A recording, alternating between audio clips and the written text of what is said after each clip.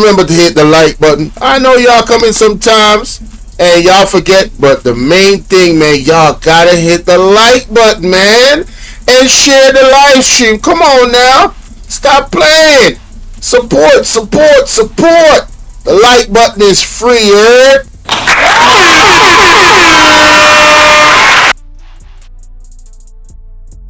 Something.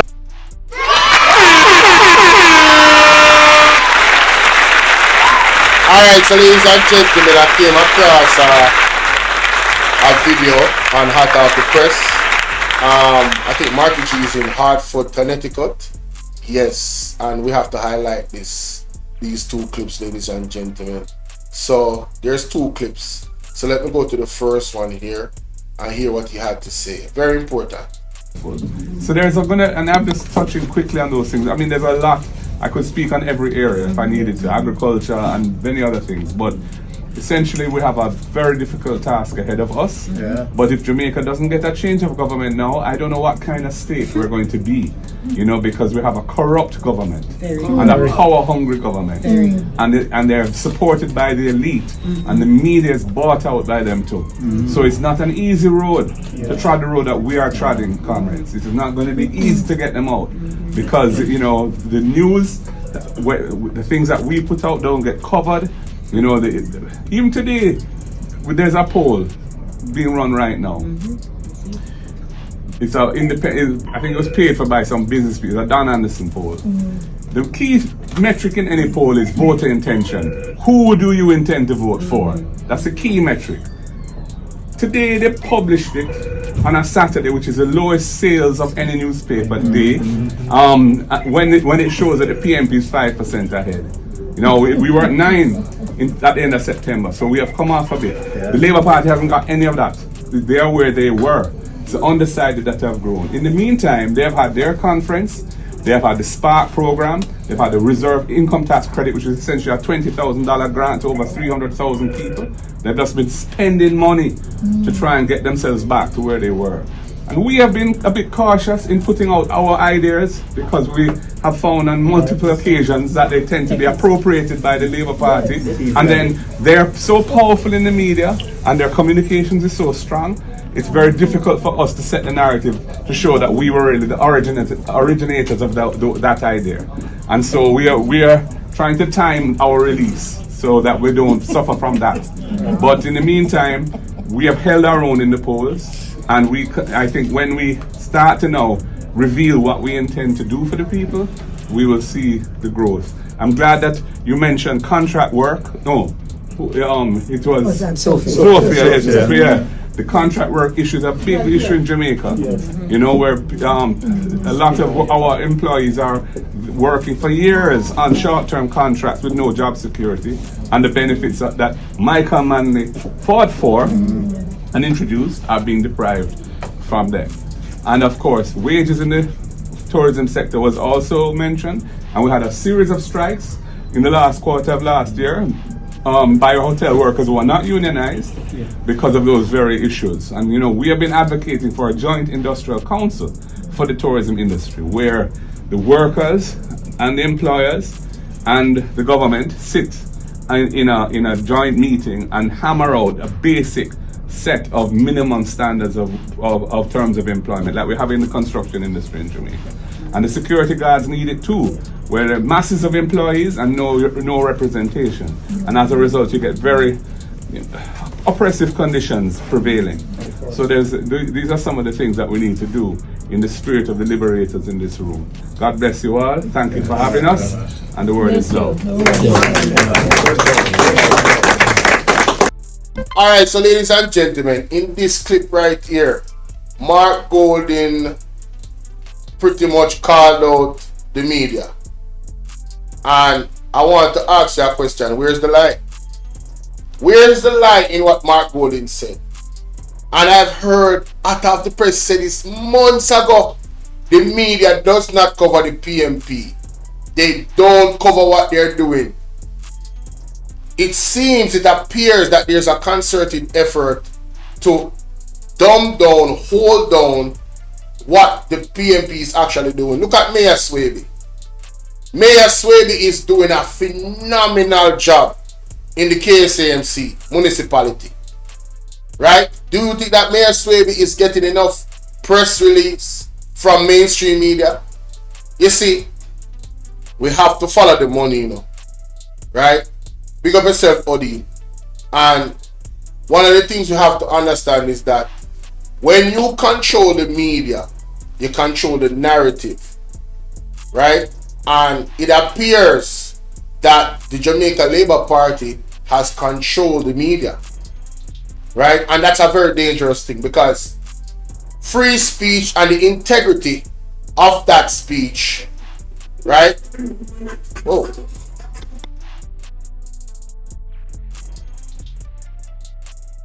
Free speech and the integrity of that free speech has to be maintained in a democratic society. And this is why this is surviving Andrew Honest, right? Because if the media is compromised, ladies, we are even in more trouble. Ladies and gentlemen, we are in more trouble than we could even imagine, because that means we are not being told the truth. We are being fed narratives, much like the BOJ. What's this called? The BOJ governor, Logan, where are you doing? Much like the BOJ governor, he's gonna come out and say, "Oh, we're in a technical recession." So I'm asking myself, what do you mean by a technical recession? Is either you're hemorrhage, you're bleed out, or you're not bleeding out? And I have to use that terminology because you're talking about the economy and us not growing. We're actually declining. So when you say we are technically in a recession, what does that even mean? And you don't want to stand on, and you don't want us to worry. And listen, man, it's best. We're in a time and a space right now, and I think I speak for all well-thinking Jamaicans when I say this. We are tired of the BS. We are tired of hiding the truth. We are tired of prettying up things. Listen, tell me some foot cut off, and tell me say, yo, you might not get back your foot. Don't tell me say me technically not gonna walk again. And we have to wait and see. I don't want to hear it.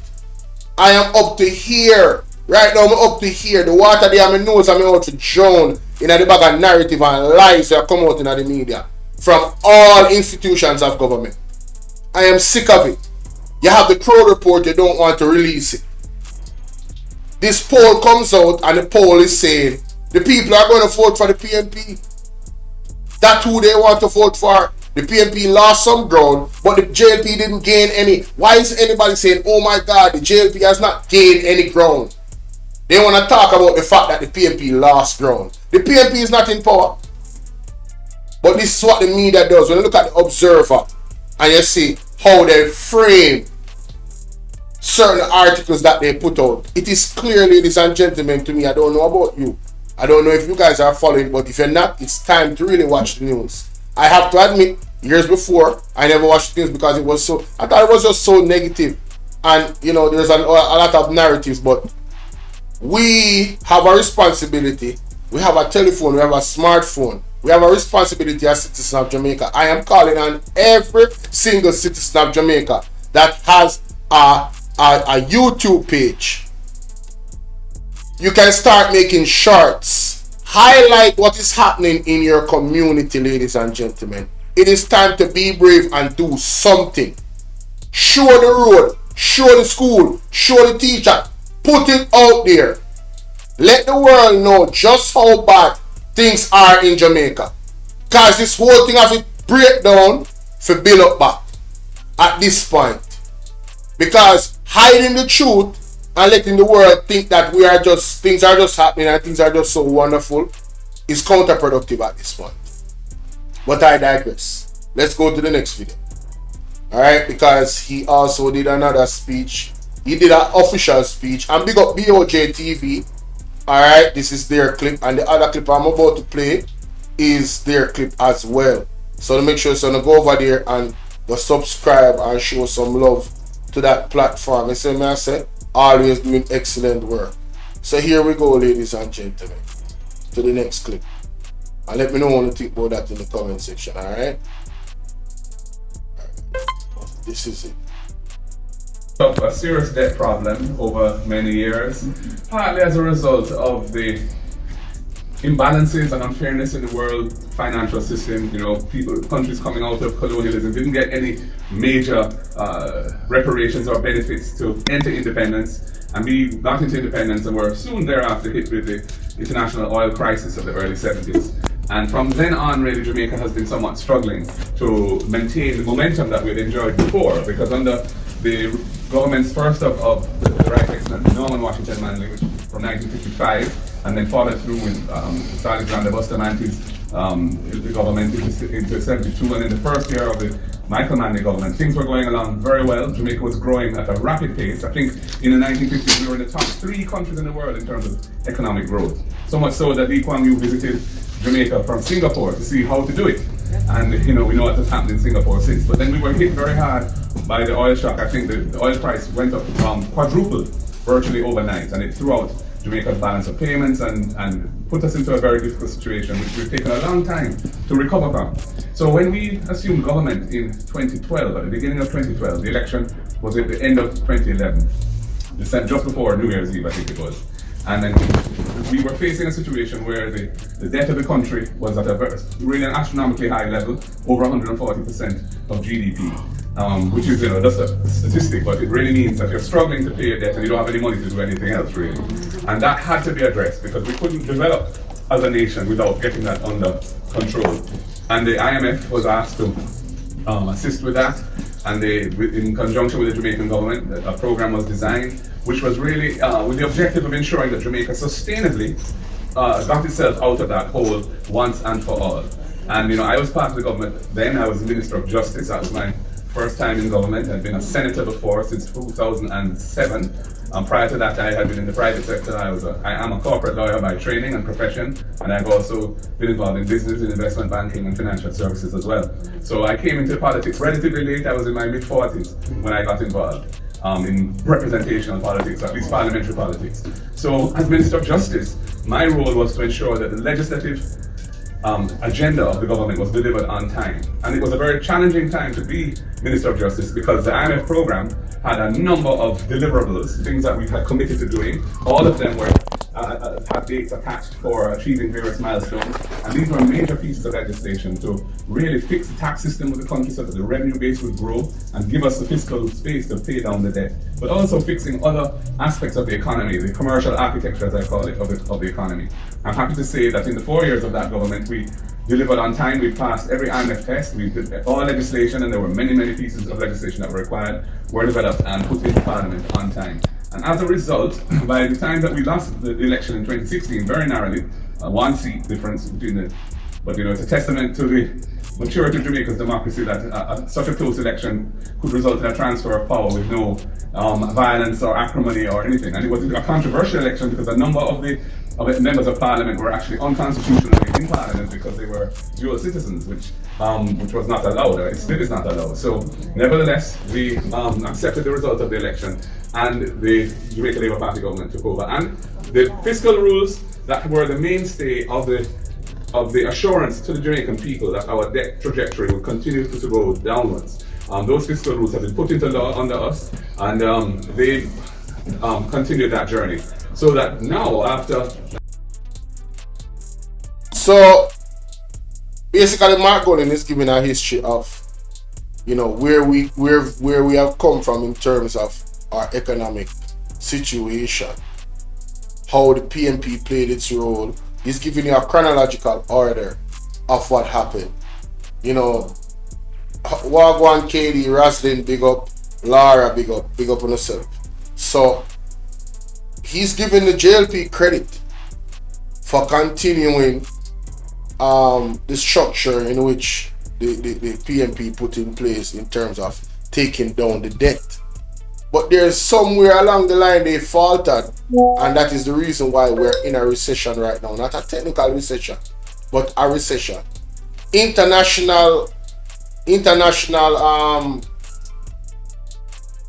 international standards, Jamaica is in a recession. Well, let's continue. I'd say 12 years of this, Jamaica's debt to GDP ratio has moved from 147% at its highest down now to 68% in about a decade. And that has really created a tremendous opportunity for the country to move forward. Unfortunately, it has not been accompanied with levels of economic growth, so that the wealth of the nation has stagnated somewhat. We are seeing, for example, last year, 2024, we actually had negative growth. The economy shrank. Were hit by a hurricane, of course, at the beginning of July, but we were already on a downward trajectory. So there is something wrong in the arrangements that support the Jamaican economy. Why is it that with our debt coming down, and when you look at certain other metrics, we have low unemployment, and inflation, like worldwide inflation has been up, but it's been managed and it's now within the targeted range and so on. Yet we're not seeing the levels of foreign direct investment, we're not seeing the levels of economic growth that can change the lives of our people. That's right. And so this is what this election really is going to be about. It's going to be which party is able to make that shift of gear so that we move out of this kind of the doldrums that we're in, the stagnation that the economy is in, and move towards a higher level of the economic growth. And not just high level of growth, but inclusive growth, sustainable growth, environmentally sustainable growth, and also inclusive growth, meaning that growth that doesn't just create massive inequalities or exacerbate or worsen the existing inequalities in the society, but rather in growth that includes everyone, especially those, the less fortunate, the less well off, and brings them up. Yes. No, that is important. What he just mentioned, ladies and gentlemen. The economy was already in a downward trajectory. What this administration is trying to do is to use burial as an excuse for why we are actually in a recession. And that has been debunked. I did a video, Talk Your Mind did a video out of I press. Everybody, all of the vloggers, them has exposed that this is a falsehood, right? In this idea that burial is the reason why. And the BOJ governor shamefully was trying to, tie that into us being in a technical recession.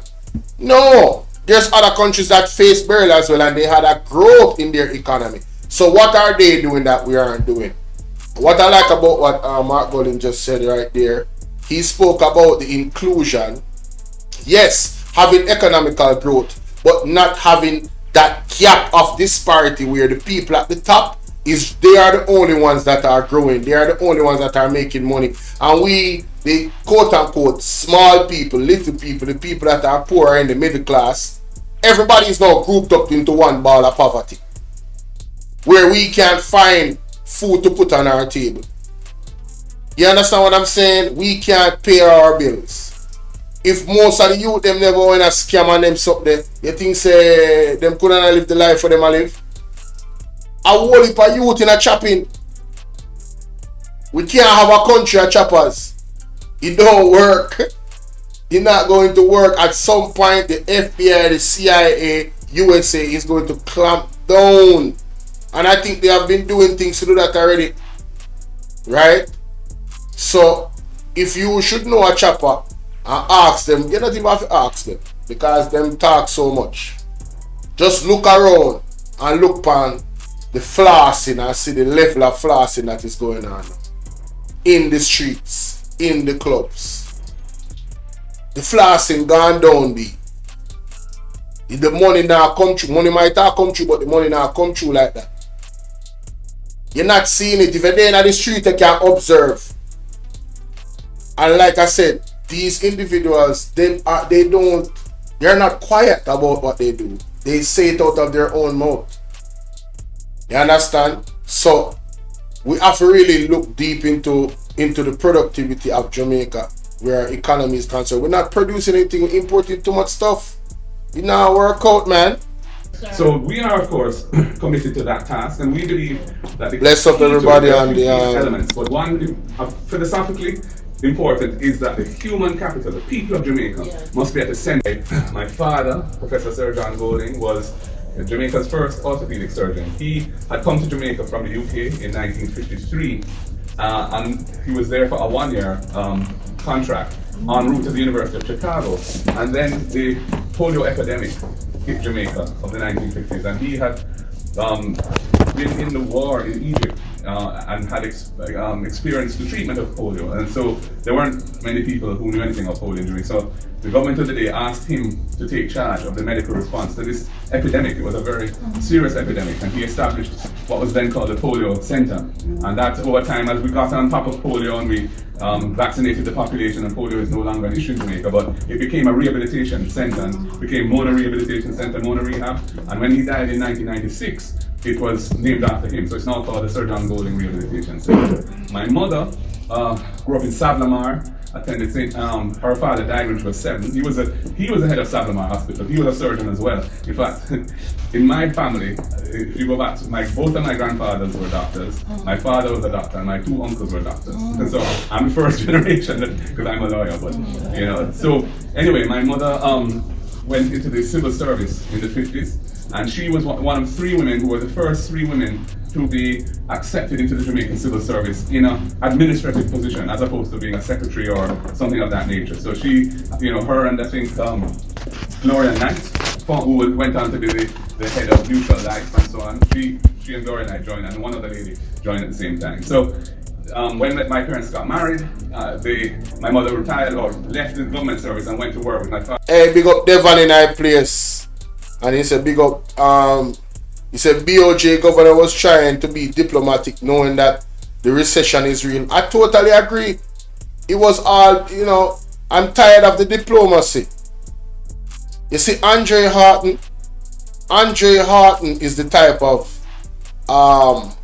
and who don't know Andre Horton, he's a member of the PMP. He's one of those young minds. I did a video about him on the platform, and how he explained how he would use technology to actually, a simple idea, to actually increase the amount of jobs, and not just jobs, the type of jobs that would be paying you extremely well, because you would be in the security services where, you know, so basically he said use $5 million US, buy a bag of drones to help to fight crime. You would have 8-hour shifts, and you're talking about 2,800 people being hired each 8-hour shift, so that's 2,800 times 3, and then you would have a database system, and that would be something over 10,000 jobs right there, just by of that one idea alone. And that is a sustainable job, because crime is such at an all-time high in Jamaica. You wouldn't be out of work, and you always need crime fighters. You always need crime fighters on every single level. So I think Andre Horton is one of those type of brilliant minds, and you know, he's not a politician. He doesn't think like a politician. He's not that diplomatic. He's just pause but raw and uncut in terms of, he's just a poor people defender, somebody we want to see the youths them, the brilliant youth them, maintain them brilliance and grow and prosper because they're brilliant. He wants to harness their brilliance because he's a young person as well, and he's there with the youths. He's there with the youth. So these are the type of people that is a part of the PMP now. It is not the same PMP. So when I hear people say, oh, the PMP and the JLP is the same thing, it is not true. It is simply not true. It is just not true, bro. Alright? At the rehab center as a volunteer, and she spent the rest of her career basically working in a volunteer capacity there. So I grew up on the university campus, and my dad was a professor at the orthopedics at UAN, also was in charge of the rehab center, which is nearby. And so I went to Mona Prep on Hope Road, and then Old Hope Road, and then Campion College, and then I went to Oxford University and did law, and I went to the University of London to masters, came back, went to Norman Manley. And I've never worked anywhere other than Jamaica.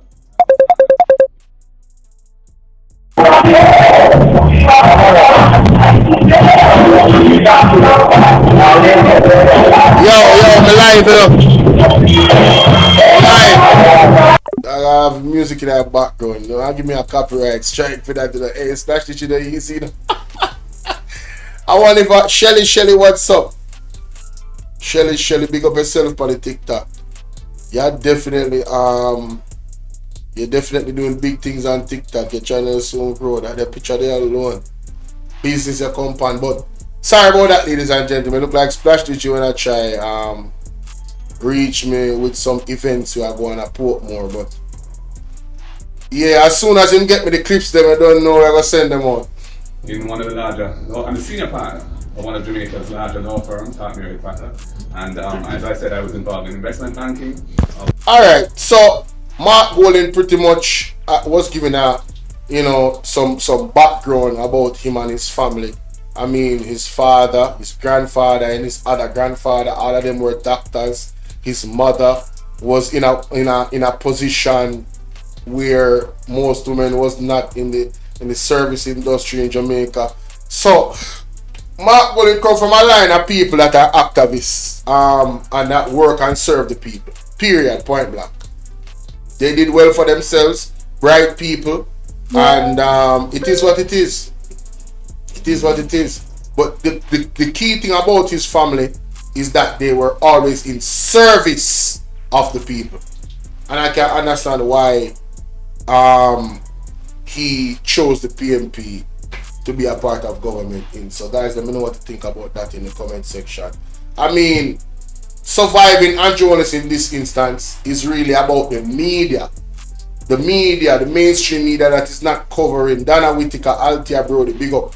The mainstream media is not covering the PMP events as they are covering. And we know the media houses that are biased towards the JLP. They have exposed themselves. They have made it clear that they support Andrew Holness no matter what. The Integrity Commission report doesn't mean anything to them. Him having 28 bank accounts, charity money being used, whether by mistake or not, to fund an actual investment, it means nothing to them. You know, all of these things are okay because they are die-hearted Andrew Holness supporters. And this is an issue, this is a problem. And surviving Andrew Holness means surviving the percentage of people that voted for him in the last general election. The people that are not comfortable and have a problem with how the country is running, you cannot sit by, murmur, and not be eligible to vote in the next general election. We have everybody needs to vote. It is going to be harder for any skullduggery to happen when everybody votes.